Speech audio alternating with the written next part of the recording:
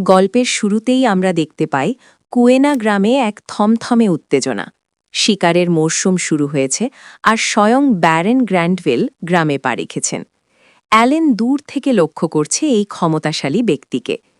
এই বছর লর্ড তাদের জন্য এক কঠিন লক্ষ্যমাত্রা নির্ধারণ করেছেন। 20টি বিশাল বুনো শূকর বা গ্রেট বোর শিকার করতে হবে। ব্যারেন এবং গ্রামের প্রধানের মধ্যে আলোচনা শুরু হয়। ব্যারেন জানান যে এটি রাজার সরাসরি আদেশ, তাই তিনি এটি প্রত্যাখ্যান করতে পারছেন না। 5 দিনের দীর্ঘ পথ পাড়ি দিয়ে তিনি এসেছেন শুধু এই শিকার দেখার জন্য। অ্যালেনের বাবা রোডান পাশে দাঁড়িয়ে সব শুনছেন। পরিস্থিতির গুরুত্ব বুঝতে পেরে গ্রামবাসীর মনে এক ধরনের চাপ সৃষ্টি হয়। ঠিক তখনই ব্যারনের নজর পড়ে ছোট্ট অ্যালেনের ওপর। তিনি জানতে চান এই ছেলেটি কে। ব্যারনের মেয়ে সেসেল তাচ্ছিল্যের সাজে মন্তব্য করে, একটি ভূমিদাসের সন্তান। কিন্তু ব্যারন সাথে সাথেই তাকে ধমক দিয়ে বলেন যে ভূমিদাসরাও তার প্রজাদের অংশ। অ্যালেন মনে মনে ভাবছে এই মেয়েটির অবজ্ঞাপূর্ণ চাহনি তার লক্ষ্যে কোনো পরিবর্তন আনবে না। শিকারের দল এগিয়ে চলে। অ্যালেন আত্মবিশ্বাসের সাথে জানায় যে কুয়েনা গ্রামের সবাই মিলে কাজ করলে 20টি শূকরের লক্ষ্যমাত্রা পূরণ করা সম্ভব। ঠিক সেই মুহূর্তেই খবর আসে যে শিকারী দল ফিরে এসেছে। ব্যারনের চোখে মুখে বিস্ময়, কারণ তিনি কল্পনাও করেননি এত দ্রুত তারা ফিরবে। গ্রামের শিকারীরা যখন 3টি বিশাল আকৃতির মৃত শূকর নিয়ে ফিরে আসে, তখন ব্যারনের চোখ কপালে ওঠে। মাত্র এক যাত্রায় 3টি বিশাল শিকার! তিনি আরও লক্ষ্য করেন যে শিকারীরা শূকরের চামড়া দিয়ে তৈরি বর্ম পরে আছে। অ্যালেন বুঝিয়ে বলে যে গত বছরের শিকার করা শূকরের চামড়া দিয়েই তারা এই সুরক্ষা কবচ তৈরি করেছে। অ্যালেন আরও বড় চমক দেয় যখন সে জানায় যে তাদের লক্ষ্যমাত্রা প্রায় শেষের পথে, আর মাত্র 10টি শূকর বাকি আছে। মাত্র আধা মাস আগে শিকার শুরু করে এত বড় সাফল্য দেখে ব্যারেন হতবাক হয়ে যান। অ্যালেনের মুখে এক ছিলতে হাসি। সে জানে তাদের পরিশ্রম বৃথা যায়নি। সুযোগ বুঝে অ্যালেন একটি অনুরোধ করে বসে। তার বাবার পক্ষ থেকে সে বলে যে ভবিষ্যতে শিকার করা শূকরের চামড়াগুলো যেন গ্রামবাসীর ব্যবহারের জন্য রাখা হয়। ব্যারন অ্যালেনের বুদ্ধিমত্তায় মুগ্ধ হয়ে সাথে সাথেই রাজি হয়ে যান। তিনি বুঝতে পারেন এই ছোট ছেলেটি সাধারণ কেউ নয়। এরপর দৃশ্যপট বদলায় গ্রামের প্রধানের ঘরে। ব্যারন সেখানে বসে ঘোষণা করেন যে দেশের অনেক গ্রাম যেখানে লক্ষ্যমাত্রা পূরণে ব্যর্থ হয়েছে, সেখানে কুইনা গ্রামের এই সাফল্য সত্যিই অভাবনীয়। তিনি বিশেষভাবে রোডান এবং গ্যাল্ডার নাম উল্লেখ করেন, যারা এই শিকারে নেতৃত্ব দিয়েছেন। ব্যারন তাদের বীরত্বের পুরস্কার হিসেবে এক ঐতিহাসিক ঘোষণা দেন। তিনি জানান যে রোডান, গেল্ডা এবং তাদের পরিবার এখন থেকে আর ভূমিদাস নয়। তারা এখন থেকে স্বাধীন সাধারণ নাগরিক বা কমনার হিসেবে গণ্য হবে। এটি ছিল তাদের জীবনের সবচাইতে বড় পাওনা। অ্যালেনের খুশির সীমা নেই। মনে মনে সে চিৎকার করে বলছে, ইয়েস! এখন সে স্বাধীনভাবে যখন খুশি শিকারে যেতে পারবে। গত বছর মাত্র 5টি স্বর্ণমুদ্রা আয় করে সে কিছুটা হতাশ ছিল, কিন্তু এখন তার সামনে এক নতুন দিগন্ত খুলে গেছে। সে বুঝতে পারে তার দীর্ঘদিনের পরিকল্পনা সফল হয়েছে। ব্যারন তাদের মনে করিয়ে দেন যে কমনর হিসাবে তাদের এখন কর দিতে হবে। এরপর তিনি একটি কৌতূহলবশত প্রশ্ন করেন, কেন তারা হঠাৎ করে সি র্যাঙ্ক গ্রেট বোরের শিকার করার ঝুঁকি নিতে শুরু করেছিল। এই প্রশ্নের উত্তরে রোডান কিছুটা গম্ভীর হয়ে যান, কারণ এর পিছনে লুকিয়ে আছে এক পুরনো স্মৃতি। ফ্ল্যাশব্যাকে দেখা যায় 13 বছর আগের কথা। যখন তারা প্রথম এই ভূমি অন্বেষণ শুরু করেছিলেন, তখন খাবারের খুব অভাব ছিল। শীতের জন্য জমানো খাবার যখন বুনো শূকররা চুরি করে নিয়ে যেত, তখন তরুণ রোডান ঘোষণা করেছিলেন যে তারা এই শূকরদের শিকার করবে এবং খাবে। সেই লড়াই ছিল অত্যন্ত ভয়ানক। তারা একটি শূকর মারতে সক্ষম হলেও তাদের এক প্রিয় বন্ধুকে চিরতরে হারিয়ে ফেলেন।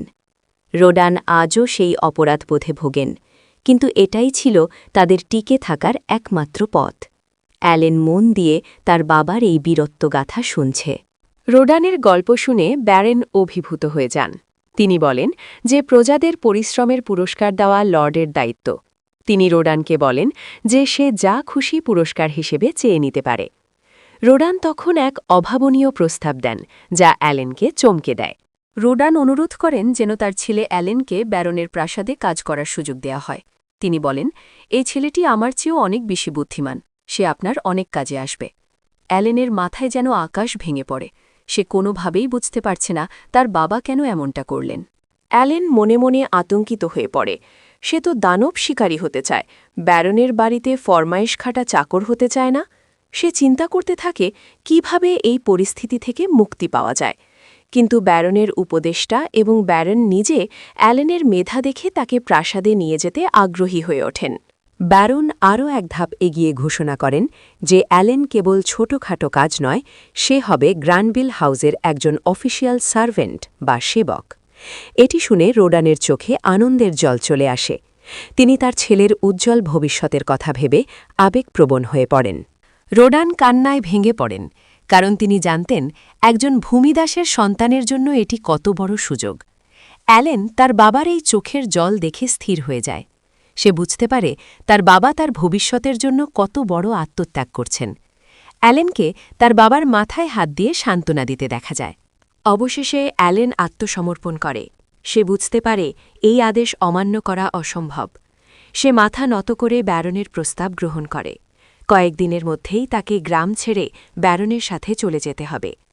এক মিশ্র অনুভূতি নিয়ে সে তার নতুন জীবনের কথা ভাবতে থাকে। বিদায় নেওয়ার আগে অ্যালেন তার বাল্যবন্ধু কুরেনার সাথে দেখা করে। কুরেনা কিছুটা বিষণ্ণ, কারণ তার সেরা বন্ধুটি চলে যাচ্ছে। অ্যালেন পরিস্থিতি হালকা করার জন্য বলে, চলো শেষবারের মতো একবার নাইট প্লে বা তলোয়ার খেলি। শুরু হয় এক নাটকীয় লড়াই। অ্যালেন নিজেকে সামনার এবং কুরেনাকে হোলি সোর্ড হিসেবে পরিচয় দেয়।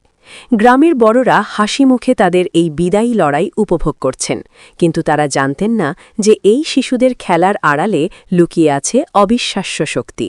অ্যালেন তার গেমার স্কিল ব্যবহার করে লড়াই শুরু করে। আমরা তার স্ট্যাটাস উইন্ডো দেখতে পাই। সে এখন লেভেল 7 সামনার। তার গতি এবং ক্ষিপ্রতা দেখে কুরেনা এবং উপস্থিত সবাই অবাক হয়ে যান। অ্যালেন আজ কোনোভাবেই হারতে চায় না। লড়াইটি ড্র বা সমতায় শেষ হয়। দুজনেই হাঁপাতে থাকে, কিন্তু তাদের চোখে মুখে ছিল তৃপ্তির হাসি। তারা একে অপরের হাত ধরে প্রতিশ্রুতি দেয় যে ভবিষ্যতে তারা আরও শক্তিশালী হবে।